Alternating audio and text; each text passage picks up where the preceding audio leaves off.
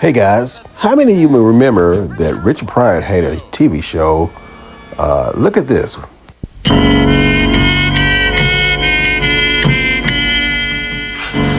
Professor!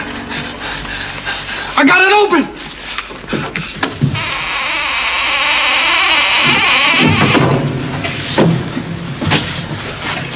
Good heavens, man! Great Scott, we've discovered the fountain of all knowledge of Egypt in the entire world. Do you realize the importance of this moment, Smedley? Yes, sir, I do. Do you see the brilliancy? The untold years. I see it, sir. Sir, this is medicine. Thank you so much. Thank you, sir. You slide. Look! What is this? Let's see. Says, cannot. This is the elixir of life, sir. The elixir of life? The cure for all diseases. Wait, let's see here. Wait, give it to me. Inscription on the bottom. Give it to me. Give it to me. Open at other end. Lumix.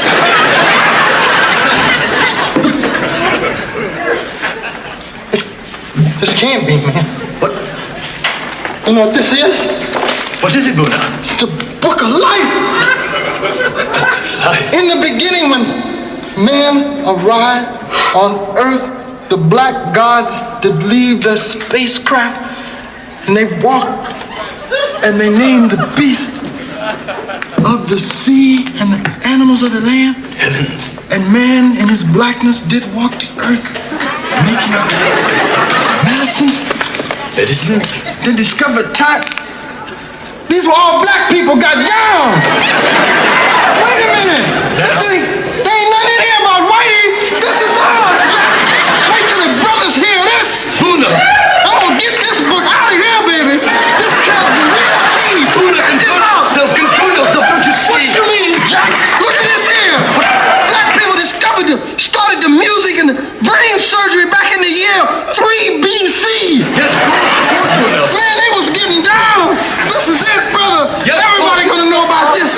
Listen, we can change the history. Civilization will be changed. Yeah, this is gonna be it.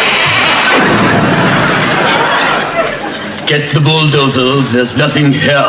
But. Shut up. Good heavens, time for tea, eh? What?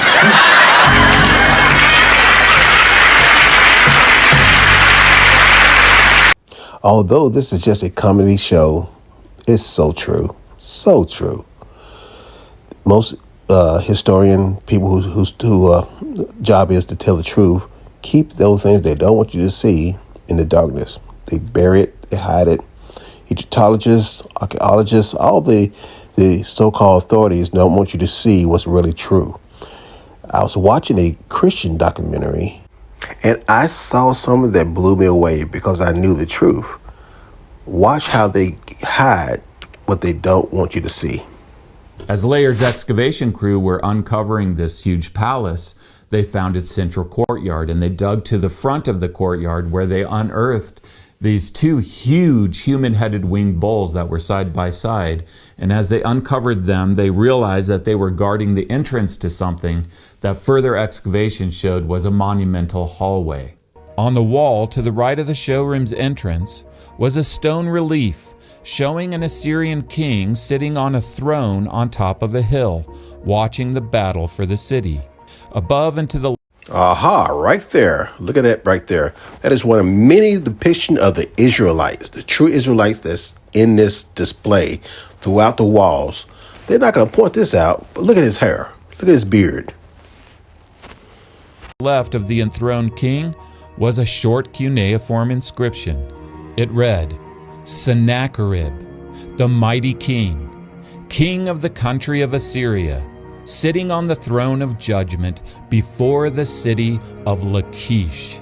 So keep in mind that, yes, they found the name Sennacherib engraved in stone, but this would have been meaningless except for the fact that Sennacherib is found in the Bible as the name of the Assyrian king whose capital is Nineveh. The inscription on the Taylor prism could now also be read. and was an inscription of none other than Sennacherib himself.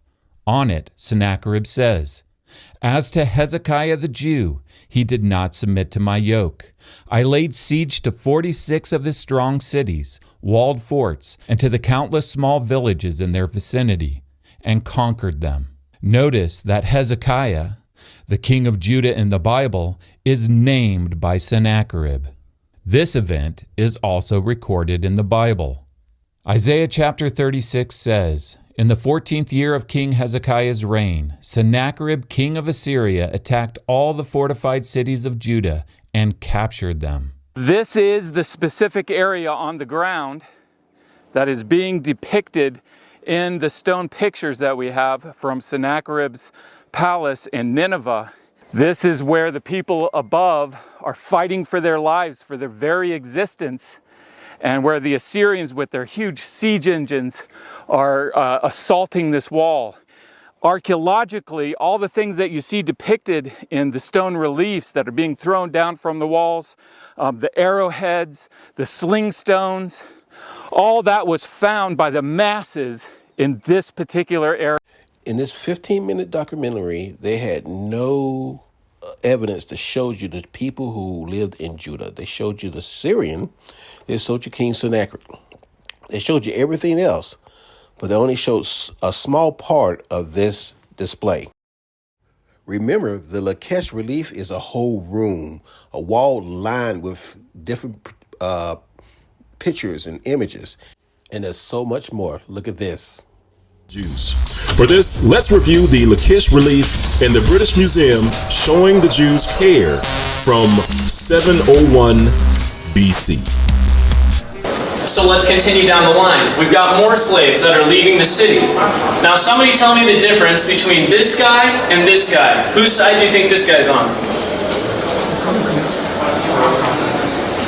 The Assyrians, yeah, the conquerors, the Assyrians. And whose side do you think this guy is on?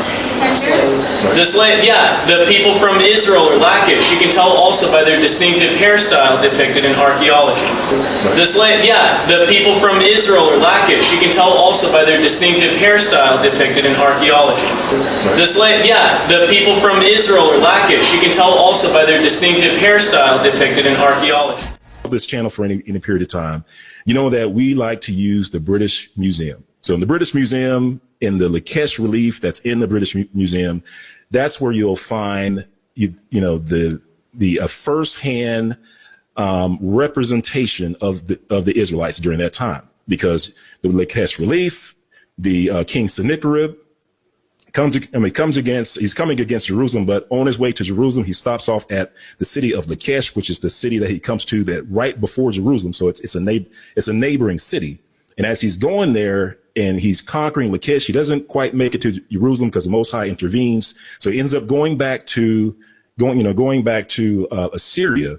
And once he gets back there, they make this stone relief depicting or representing Israel and the whole conquest of the city of Lachish. And in this stone, I guess you can call it like a monument or something like that, but you'll find multiple depictions of Israel throughout this relief, right? Multiple depictions. And the easiest way to find it is just type in British Museum, Lachish relief, and just make sure when you go into the British Museum, just look for museum number 124911. That's 124911. It's kind of like an exhibit number, right? So just look for that number. Once you find that, family, it'll take you to this page, and at the very bottom you'll see these little icons or tiles at the very bottom. Just select the fourth tile from the left, click on that, and it'll take you to the part in the relief where it shows the children of Israel. Right. And again, if you take a look at this, family, and just compare this to, what's in the movie, you can see when it takes a look at the beard, it's somewhat accurate. Right. That's why I say it's somewhat accurate, because back then the hair was a lot shorter. Right. The hair was a lot shorter. So in these depictions, when they have, long hair, because his hair is pretty long compared to what's on the relief. But it's a little bit better than Cesar Borgia, right? It's not that long, thin, flowing hair that you get. It's more of a tight, woolly, nappy hair, so to speak. So that's what depicts Judah. And then let me show you some of these other pictures, fam. Let me see if I can switch over to my, there we go. All right. So hopefully you can see that. So this is just another snapshot or picture of the relief. And so you can see this is like a corner shot. And if we zoom in, you'll see some of the same pictures we saw before, but you'll get a little bit more on the bottom left-hand side, right? So you'll see, this is, Judah going into captivity, right? Got his hands up. And this is specifically Judah. And that's what I like to tell people. I like to tell them, it's like, this is specifically Judah, right? This is in the territory of Judah. So when you see people running around today and they don't look like the people that's depicted in the Lachish relief, there's a problem, family. There's a problem. And in this picture here, family, you can see, you might not be able to tell what's going on, but they're supposed to be tossing the bodies of Judah the Israelites over the wall to be killed. So this is Judah, family. This is Judah. But let me come out of here. Let me see if I can go to another picture. And that's the relief there. All right. So what I did, family, was I took the Lachish relief and I tried to run it through AI. And I had AI to try to create a photorealistic depiction of Judah based on these pictures, right? So you see these pictures? So I pointed AI to this and say, hey, this is what Judah's depicted as on the Lachish relief. So AI, what would Judah look like based off of this depiction? And this is what this is what the AI engine came back with. This is it, family. This is what Judah would look like if those pictures were brought to life by AI. All right. And let's go through a couple of these different pictures, right? So as you can see, these are the most accurate depictions of Judah based on the Lachish relief. So if you were to make a photorealistic or movie of Judah today, this is what Judah would look like. This is what Judah would look like. And let me just move my screen around here, fam. This is another picture. All right, see, these are all AI generated pictures based off of the Lachish relief. Based off of the Lachish relief. So if you were to make a movie and you wanted it to be accurate, this is what the children of Israel would look like. But this is it. This is it, family. When you see in the Lachish relief and you saw Judah and they had their hands up, this is what they would look like if they were brought to life. Somebody said, my granddaddy. Yeah. They look like a lot of our forefathers in here. Yeah, when these AI tools, family, when they're able to do stuff like this, analyze the Lachish relief, and then to pull out the figures in there and make them photorealistic. I mean, this thing is amazing. Check this out, family. The Lachish relief brought to life.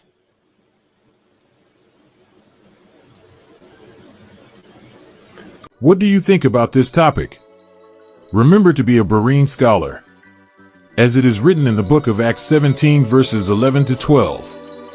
Now the Bereans were more noble-minded than the Thessalonians, for they received the message with great eagerness and examined the scriptures every day to see if these teachings were true. It's time to deepen your understanding and see your reflection in the sacred pages. Please click subscribe, and click the notification bell to stay up to date with the Berean Scholar channel.